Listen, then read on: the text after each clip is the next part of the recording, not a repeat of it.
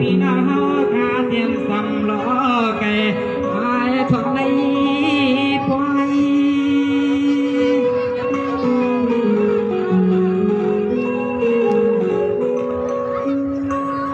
พันลอยขมวนตอนตาผ่านก่อนขึ้นในตัวเอาลอยลอยพี่น้องมาปล่อยกาตางอะไร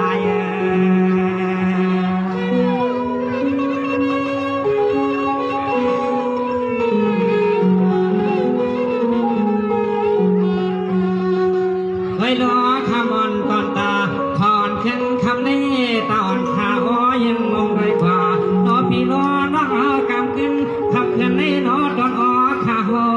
ยันใส่เสเตออใส่ยา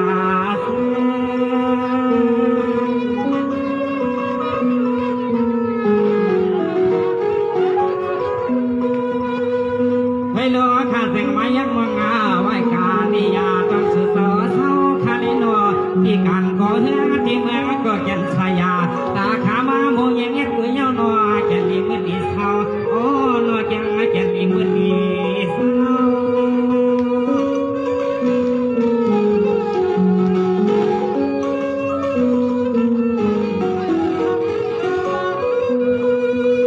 ในอันก่อนสายขาหวานได้ส่งมาส่งเกินตอนอาคารโนเสา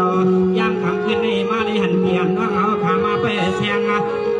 ปัญญาแห่งข้าทรงเนียนนาน้องก็สังขอความกันน้องใจเขากาลาปีสัญญาณจักสยานในข้าอง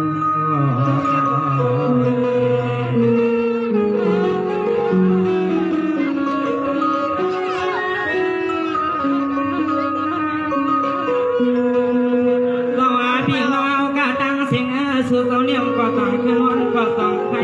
ต้องได้อยู่สัญญาณขายอก็ต้องพี่ขาเมื่อในอ้อสั่งขาเสาย้อนขามพี่น้อเขามาไว้เป็นยิงรอในเป็นยิงตามใจขายอคำเพื่อนในอ้อสั่งหลานน้องสายหักสุขเสาย้อนขาด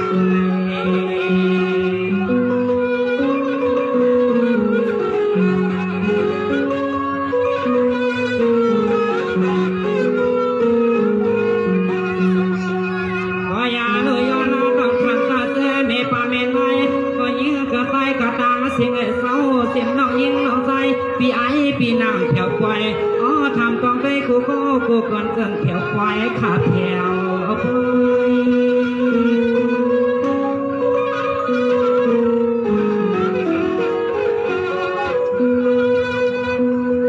อ๋อในย่ำขังขนานี่น้องสายขาในก็ส่งที่เด็กขาทำดองนี้ซาสุปีสุน้องตั้งเสียงในก็ในปอเลยสายาที่ว่าทำว่าจำปาแทงยอกะตั้งไม่ตั้ง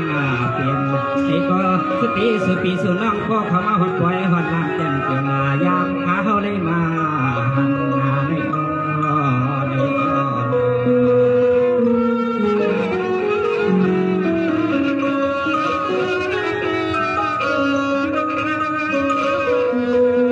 ต้องมาขมอนก้อนตาถ้าอ่อนมือตันตอนวันไหนเขาเป็นนั้นแม่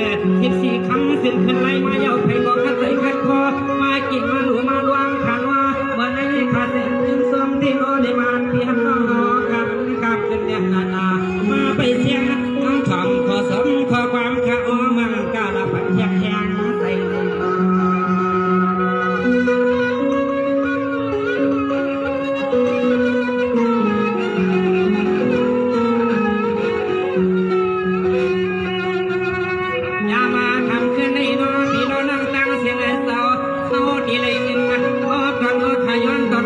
ทำว่างเฮาขาเสือซามาสุดเดียวควายเสือซามาสุดเดียวปล่อย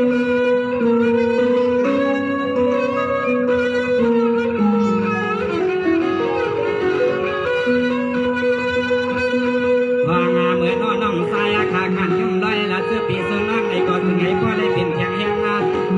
ขับแบงกุเชียงอ๋อปีเราน้องตั้งสิ่งให้เสาสิ่งให้สุดต่อพ่อเลยมีเมตตาเลี้ยงในหักทาง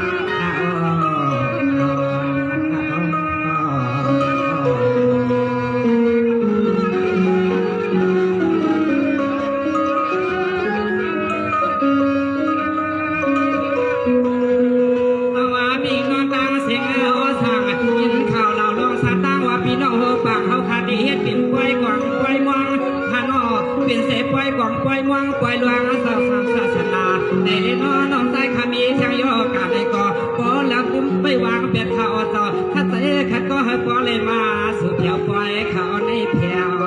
ล่อย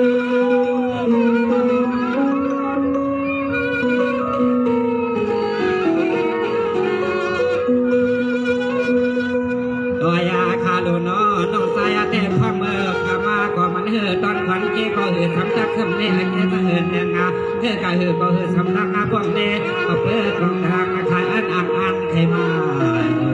หลวงองค์กว้างพี่น้องหูฝังเขาค้างขอสมขอความอ่อนก็ง่ายในข้าว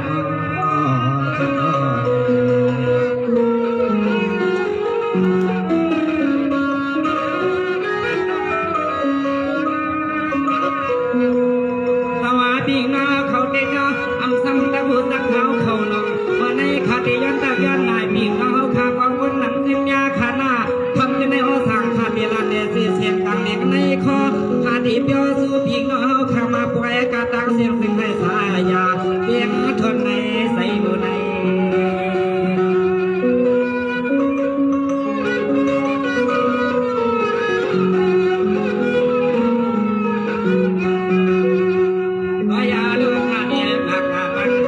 เป็นไอ้น้องยี่น้องสายการต่างก็เสียงเต็มต่างหลายเด็กเลยน้องสายขาดที่ซ้ำทำกูก็กูคนขยับเสาฟังคำขึ้นคำมาห้างความสุดเลยอ๋อฟังคำมาห้างความมาสุดทางนาพอย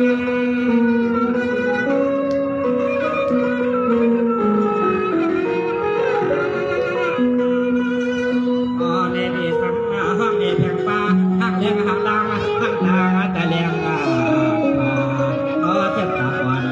ทำคนวางน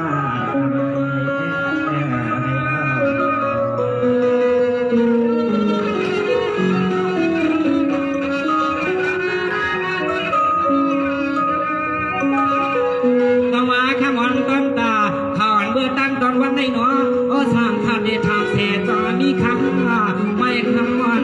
หนอหักเรื่องหักลังก่อนวันหลังก่อนเอากำเอาสุดเฮาเมียนเฮามันเลย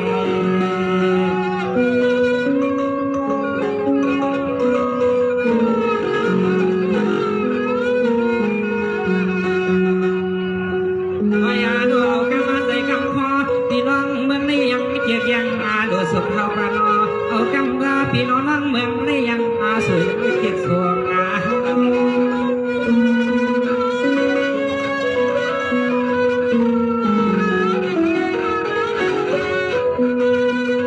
อ๋อเนี่ยฮอก็ย้อนเวทเนี่ยหูสักกาสัวย้อนเวทเนี่ยหูสักกาโยสักแค่เลยมีสุข